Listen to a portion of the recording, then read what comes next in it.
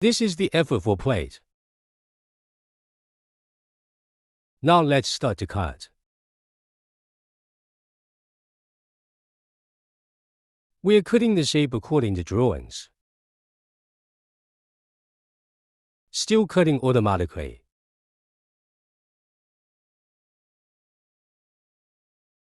After normal cutting, we will do the chamfer countdown. We have various color FR4 plate for choosing.